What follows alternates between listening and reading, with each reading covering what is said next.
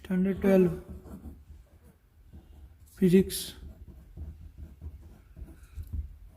Chapter 7 प्रत्यावर्ती प्रवाह जेने अंग्रेजी में अल्टरनेटिव करंट એટલે કે આપણે એને એસી કહીએ છીએ। તો આ પ્રકરણની અંદર આપણે અલ્ટરનેટિવ કરંટનો અભ્યાસ કરવાનો છે। એના પહેલાં આપણે જે ચેપ્ટર 1, 2, 3, 4, 5 આ બધા ચેપ્ટરની અંદર જે વોલ્ટેજ અને પ્રવાહની વાત કરી છે એ ડીસી પ્રવાહ છે। હવે એસી પ્રવાહ અને ડીસી પ્રવાહ અથવા એસી વોલ્ટેજ અને ડીસી વોલ્ટેજમાં શું ફરક છે? તો આપણે ડીસી વોલ્ટેજ માટે ગ્રાફ દોરીએ તો એ આવી રીતે હોય, અથવા શુદ્ધ ડીસી હોય તો આવી રીતે હોય, અને અલ્ટરનેટિવ વોલ્ટેજ અથવા અલ્ટરનેટિવ કરંટ જોઈએ આપણે તો એ સાઇન વિધેય અનુસાર આવી રીતે બે દિશામાં હોય છે। આપણે એસી જનરેટરના આઉટપુટમાં જોયું હતું V = VM sign omega T, એટલે કે આ વોલ્ટેજ એ સાઇન વિધેય અનુસાર બદલાયા કરે છે। એટલે કે આની ધ્રુવીયતા એક અર્ધચક્ર દરમિયાન બદલાયા કરે છે। તો આને ઓલ્ટરનેટિવ કરંટ કહેવાય અને આને ડાયરેક્ટ કરંટ કહેવાય। તો અત્યાર સુધી આપણે ડાયરેક્ટ કરંટનો અભ્યાસ કર્યો છે, એના પરિબળો જોયા છે। હવે આપણે આ ચેપ્ટરની અંદર એસી વોલ્ટેજ અથવા એસી પ્રવાહનો અભ્યાસ કરીશું। આ એસી આપણા ઘરે આવતી વિદ્યુત એ એસી સ્વરૂપે હોય છે, એટલે કે અલ્ટરનેટિવ કરંટ હોય છે। એટલા માટે ઓલ્ટરનેટિવ કરંટ હોય છે કે એને ટ્રાન્સફર કરવું, એક જગ્યાએથી બીજી જગ્યાએ એને મોકલવું ખૂબ જ સરળ છે। તેમજ એસીનું એક વોલ્ટેજમાંથી બીજા વોલ્ટેજમાં સરળતાથી રૂપાંતરણ કરી શકાય છે। તેથી એસી વોલ્ટેજ ખૂબ જ અગત્યનો છે। એ સિવાય એસી એ ટેલિકોમ્યુનિકેશનની અંદર પણ ખૂબ જ ઉપયોગી છે। હવે આપણે આ ચેપ્ટરની અંદર એસી વોલ્ટેજ વિશે અભ્યાસ કરીશું, અને આ ચેપ્ટરમાં સૌથી પહેલી થિયરી આપણે જોઈશું અવરોધને લાગુ પાડેલ એસી વોલ્ટેજ। તો અવરોધને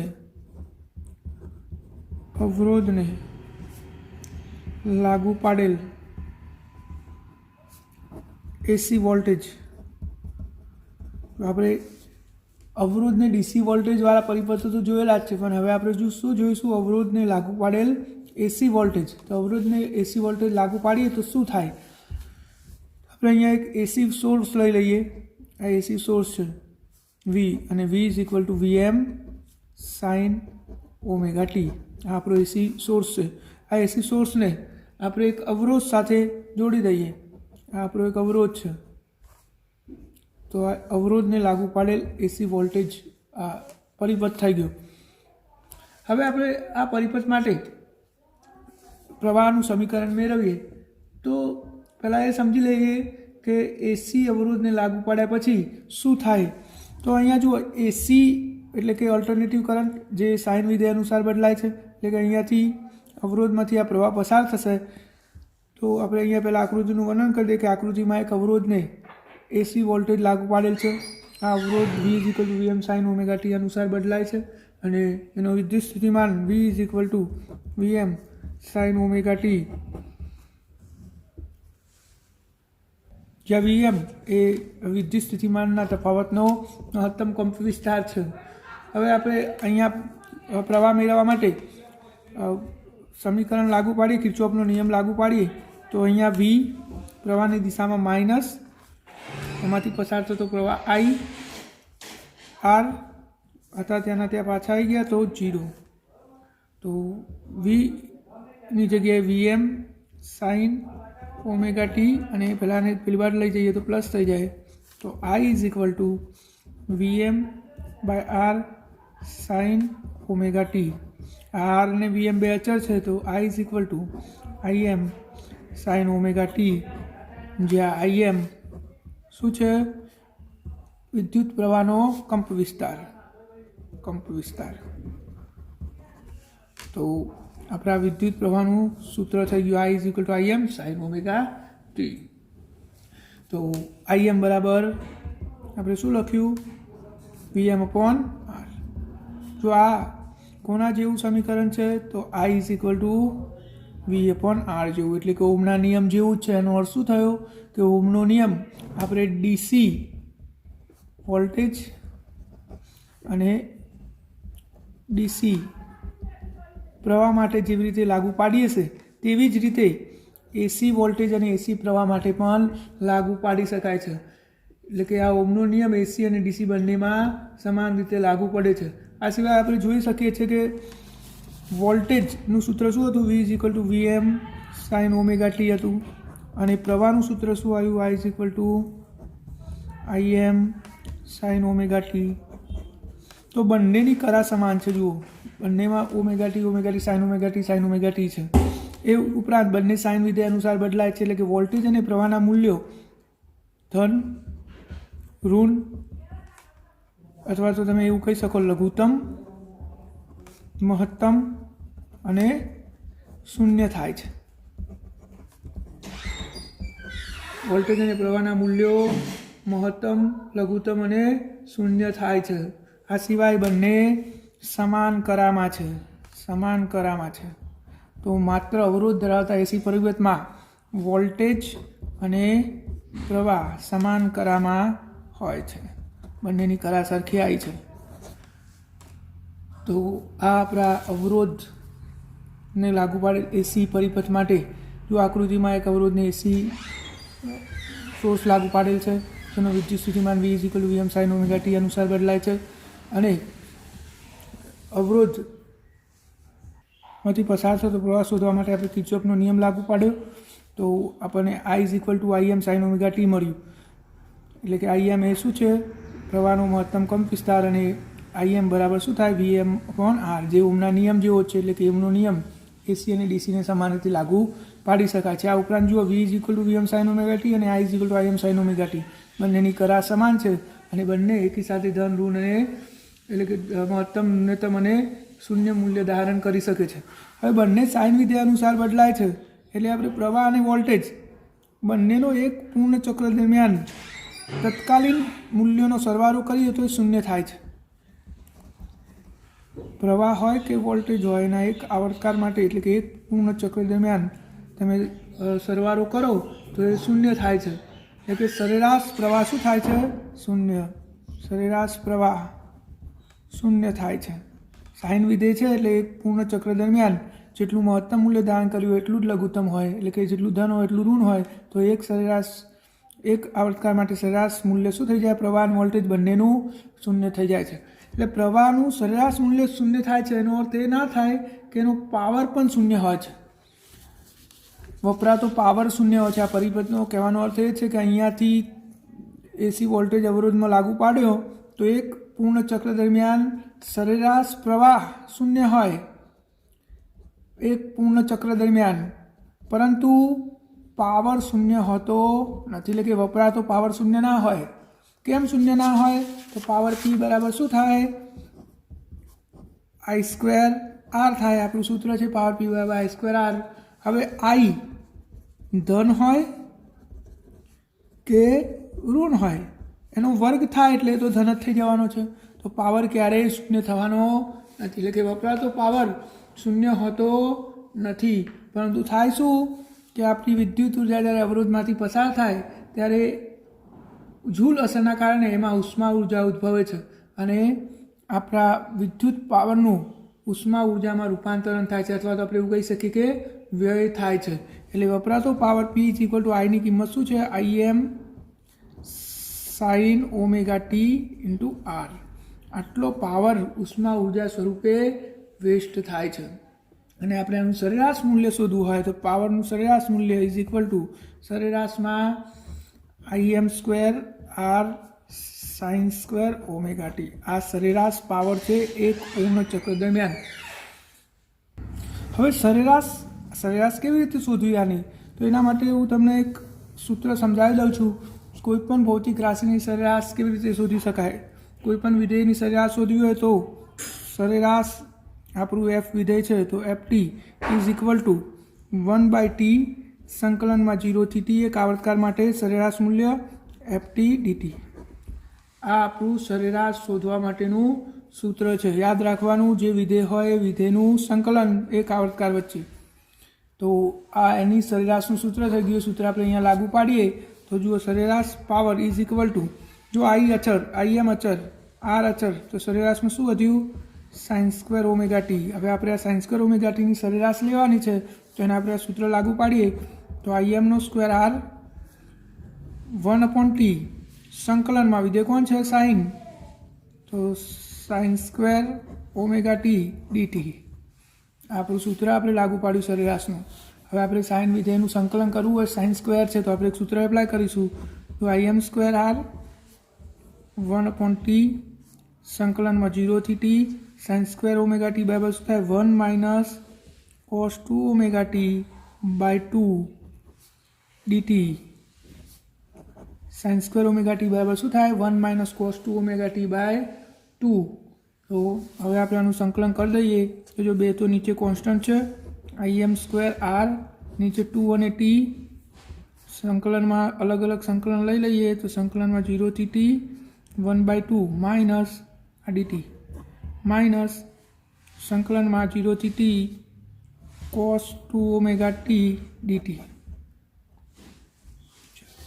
હવે IM square R by 2t સંકલનમાં 1/2 અચર ડીટીનું ટી સંકલન થાય માઇનસ આ cos 2 ઓમેગા ટીનું જુઓ સંકલન શું થશે?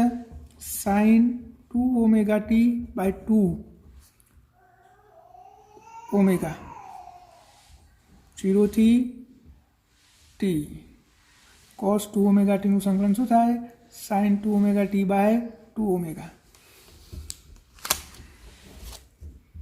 તો IM square R by 2t અહીંયા t બાય 2 માઇનસ અહીંયા હવે આપણે લિમિટ મૂકવાની છે. તો જુઓ 1/2 ઓમેગા અચર લિમિટ મૂકવાની થાય તો શું થશે? સાઇન 2 ઓમેગાની જગ્યાએ 2π/t અને પેલો t તો એમના એમ માઇનસ સાઇન 2π/t અને tની જગ્યાએ 0. તો IM square R by 2t t by 2 minus 1/2 omega. હજુ અહીંયા પણ આપણે ઓમેગાની કિંમત ટ્રાન્સફર કરીશું તો અહીંયા જો tt કેન્સલ 2 4 અને સાઇન 4π એટલે શું થઈ જાય? 0 માઇનસ આ તો 0 જ છે, સાઇન 0ની કિંમત 0. તો આખું પદ 0 થઈ ગયું. તો tt કેન્સલ થઈ ગયા તો વધી શું? જો અહીંયા આપણે એક ભૂલ કરી છે, આ 2ને આપણે અહીંયા કોમન લઈ લીધા તો આ 2 ના આવે તો વધીશું અહીંયા IM square R tt cancel by 2 1/2 IM square R. આ આપણો સરેરાશ પાવર આવી ગયો. જો આખી ગણતરી જે છે એ તમારે બરાબર સમજી લેવાની. હવે સીધું જ સાઇન સ્ક્વેર ઓમેગા ટીનું સંકલન જ્યારે બી આવશે ત્યારે આપણે સીધો જ જવાબ લખી દઈશું. તમે એકવાર કેલ્ક્યુલેશન સરખી રીતે જોઈ લો પછી એને વારે ઘડી કેલ્ક્યુલેશન કરવાની જરૂર નહીં. એને ખાસ વસ્તુ આ યાદ રાખવાની કે સાઇન અને કોસનું એક આવર્તકાળ માટે એક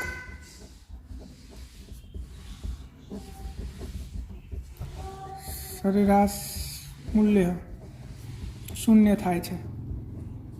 એટલે કે સંકલનમાં 0 થી t સાઇન t dt હોય કે 0 થી t cos t dt હોય.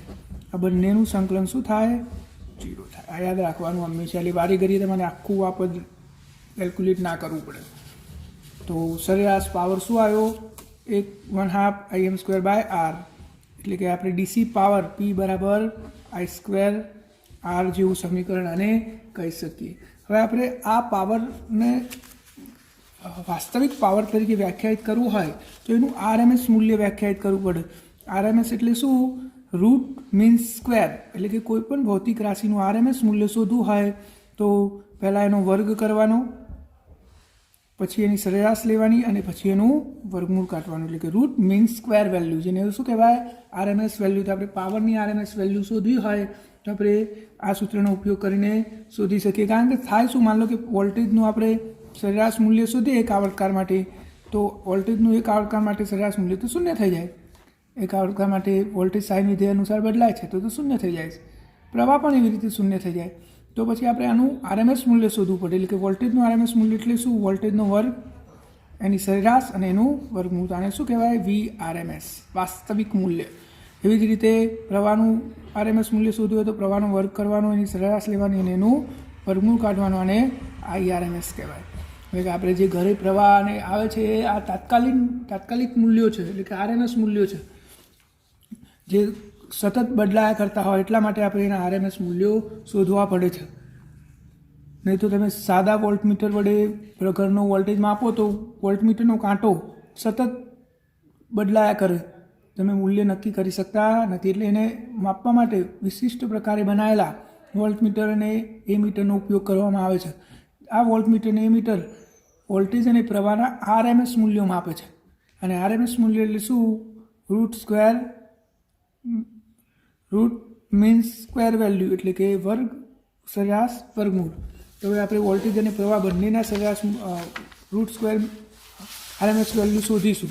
પહેલાં વોલ્ટેજનું શોધીએ. ચલો, તો વોલ્ટેજનું મૂલ્ય શું? V = Vm sin ω2. મારે આનું આરએમએસ મૂલ્ય શોધવું છે. તો સૌથી પહેલાં વર્ગ કરવાનો. આ વર્ગ કર્યો, Vmનો વર્ગ sin સ્ક્વેર ω t, બે બાજુ વર્ગ કરી દીધો. હવે આની સરેરાશ લેવાની. તો આ સરેરાશમાં V સ્ક્વેર, એવી જ રીતે આ બાજુ પણ સરેરાશમાં Vm square sin square ω t. હવે આપણે આનું વર્ગમૂળ કાઢવાનું. પહેલાં આની સરેરાશ તો લઈ લઈએ. તો સરેરાશ Vm તો અચળ છે, અને સરેરાશનું સૂત્ર 1/t સંકલનમાં 0 થી t sin સ્ક્વેર ω t. આપણું આ સૂત્ર છે. હાલ જ આપણે સરેરાશ શોધી. આનો જવાબ શું આવ્યો તો એ પણ આપણને ખબર છે. Vm સ્ક્વેર, શું જવાબ આવ્યો તો આનો? 1/2. આખા પદનો જવાબ શું આવશે? 1/2. તો જવાબ શું થઈ ગયો? Vmનો સ્ક્વેર બાય 2. આ સરેરાશ વર્ગની સરેરાશ આવી. આપણું રૂટ મીન સ્ક્વેર વેલ્યુ એટલે હજી આનું વર્ગમૂળ. તો વર્ગમૂળમાં સરેરાશમાં V સ્ક્વેરનો વર્ગ ઇઝ ઇક્વલ ટુ આનું વર્ગમૂળ કાઢો તો Vm સ્ક્વેરનું વર્ગમૂળ Vm, અને આ √2. આને VRMS કહેવાય. VRMS બરાબર Vm/√2, એટલે કે Vm બરાબર √2 VRMS. આ પણ તમે યાદ રાખી શકો છો. આ સૂત્ર VRMS બરાબર Vm/√2. તો આવી રીતે પ્રવાહ માટે પણ આપણે IRMS બરાબર Im/√2 લખી શકીએ. આ IRMS અને VRMS એટલે રૂટ મીન સ્ક્વેર વેલ્યુ વોલ્ટેજની અને આ પ્રવાહની. Im અને Vm એ વોલ્ટેજ અને પ્રવાહના મહત્તમ મૂલ્યો છે. આપણા ઘરે જે વોલ્ટેજના મૂલ્યો આપણે માપીએ છીએ એ આરએમએસમાં હોય છે. તો તમારે આ બે સૂત્રો ખાસ યાદ રાખવાના છે. જોઈએ ઉદાહરણ નંબર 7.1. જો 220 વોલ્ટ સપ્લાય સાથે એક વિદ્યુત બલ્બ 100 વોટનું રેટિંગ ધરાવે છે. એટલે અહીંયા વોલ્ટેજ આપેલું છે. કયું મૂલ્ય કહેવાય? VRMS. કેટલું છે? 220. એને આપણે માત્ર V વડે દર્શાવી શકીએ. હું તમને સમજણ માટે અહીંયા આરએમએસ લખ્યું છે વોલ્ટ. અને પાવર આપેલો છે 100 વોટ. તો બલ્બનો અવરોધ શોધવાનો છે. જો પાવર P બરાબર આપણે હમણાં જ સૂત્ર જોયું હતું VI. હવે આઈની જગ્યાએ આપણે V/R મૂકી દઈએ. તો આઈની જગ્યાએ V/R મૂકી દઉં તો V²/R થશે. તો બલ્બનો અવરોધ R બરાબર શું થશે? V²/P. તો 220નો વર્ગ ભાગ્યા પાવર P કેટલો? 100. તો જવાબ શું થશે? 484 ઓહ્મ. આ આપણો બલ્બનો અવરોધ આવી ગયો. ખૂબ જ સરળ દાખલો છે. હવે આપણે બીજું શું શોધવાનું છે? સ્ત્રોત વોલ્ટેજનું મહત્તમ મૂલ્ય. જો અહીંયા VRMS આપેલું છે, આપણે VM શોધવાનું છે. અને VRMS બરાબર આપણું સૂત્ર શું હતું? VRMS બરાબર હાલ જ આપણે સૂત્ર મેળવ્યું છે Vm/√2. તો મહત્તમ મૂલ્ય Vm બરાબર શું થશે? √2 VRMS.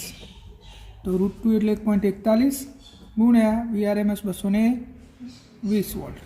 તો જવાબ થશે Vm 311 વોલ્ટ. આ વોલ્ટેજનું મહત્તમ મૂલ્ય થયું. એવી રીતે આપણે બીજું શું શોધવાનું છે? બલ્બમાંથી વહેતા પ્રવાહનું આરએમએસ મૂલ્ય શોધો. પ્રવાહનું આરએમએસ મૂલ્ય. તો આપણે પહેલાં પ્રવાહ શોધવો પડે, અથવા તો પાવર પરથી I શોધી દઈએ સીધો. તો પાવર P બરાબર VI. જો આ V એ VRMS છે એટલે I પણ શું હોય? IRMS. તો IRMS IRMS બરાબર શું થાય? P/V. તો 100/220 બરાબર 0.454 એમ્પિયર. આનું એ તમને મહત્તમ મૂલ્ય શોધવાનું કીધું હોય તો IM બરાબર √2 IRMS કરી દેવાનું.